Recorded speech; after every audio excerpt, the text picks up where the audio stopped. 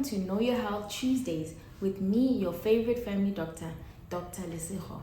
Today, on this chilly June morning, we'll be talking about hydrocephalus. So hydrocephalus is the accumulation of cerebrospinal fluid, or CSF, which is the fluid that surrounds the brain. So we know the brain is in the skull, but for it to be protected, there's a layer of fluid around there. So when there's an imbalance in the accumulation of the fluid, it causes what we call hydrocephalus. So there are people who get hydrocephalus when they're born, which is congenital hydrocephalus, particularly in premature babies, so those born less than 37 weeks gestation. Sometimes they can have bleeding in the brain, which is what causes the hydrocephalus. So in older children and adults, it can be caused by a number of factors like trauma or illness. For example, meningitis, stroke, head injury, brain tumors, and blood clots in the brain.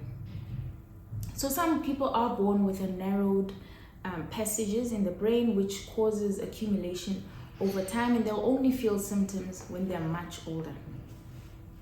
So symptoms in the congenital hydrocephalus, usually they'll have an abnormally large head, very thin skin around the head with the veins showing, bulging and tense fontanelle. So that soft part of the baby there wouldn't actually be soft, it would be quite tense and it would be bulging out.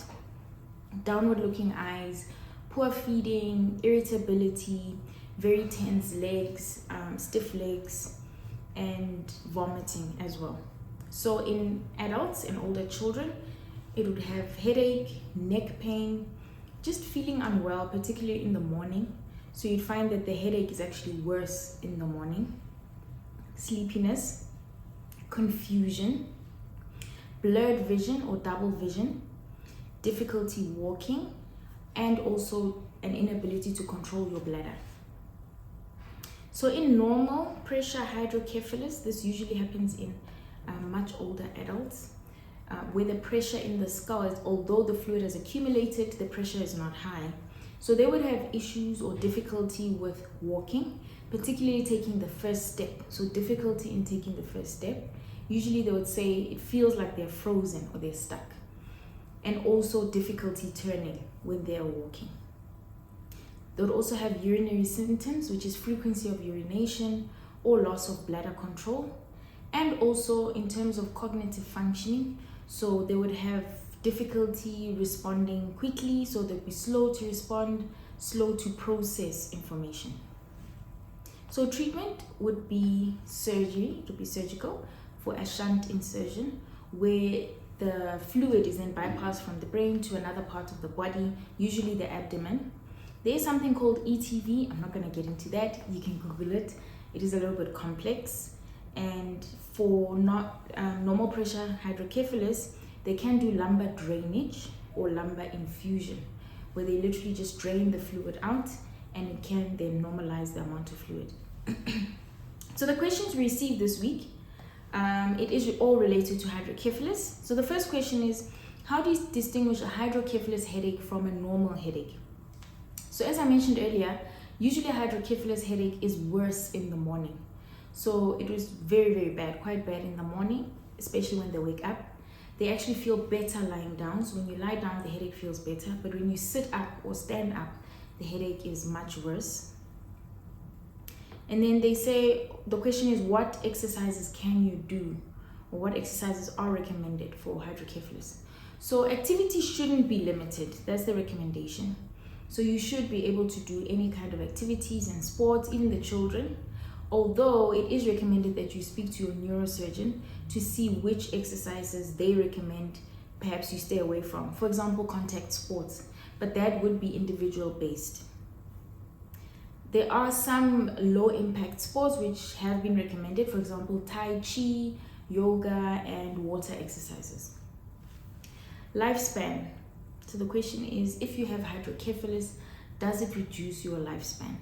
So if it's diagnosed early and treated early, for example, in congenital cases, so if the child receives treatment early and lives past 1 year of age, it's found that they will have a normal life. So they will have a normal lifespan. But obviously, if it's found late and there's complications, then there's higher likelihood of having increased mortality. So in terms of IQ, the question was, does it affect IQ and concentration? Unfortunately, it does affect the IQ. There were studies that were done, and it found that there was a significant difference between the control group, which is people who don't have hydrocephalus, versus those who do have hydrocephalus.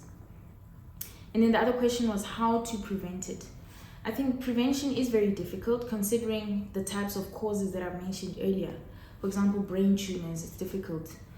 Stroke, I mean, if you do lifestyle changes, make sure that your chronic illnesses are well controlled, then you might be able to control it.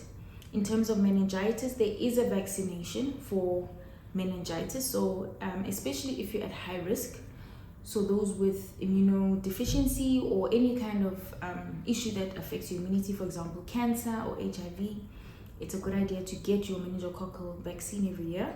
And those with multiple chronic illnesses, for example, diabetes, hypertension, it's a good idea to get your vaccine. And then in terms of bleeding in the brain, I mean, that's a little bit more difficult to control or to prevent. And head injury, obviously, if you are doing anything that might cause injury, for example, if you are a motorbike cyclist, then definitely always wear your helmet. If you're doing any kind of extreme sports, make sure that you are protected and you have all your gear on. Please always wear your seatbelt when you're driving. But that's the basics, guys, of hydrocephalus. I hope you found this helpful. I'm looking forward to answering more of your questions on Tuesday. Thank you so much for joining me. Until then, keep safe and keep healthy.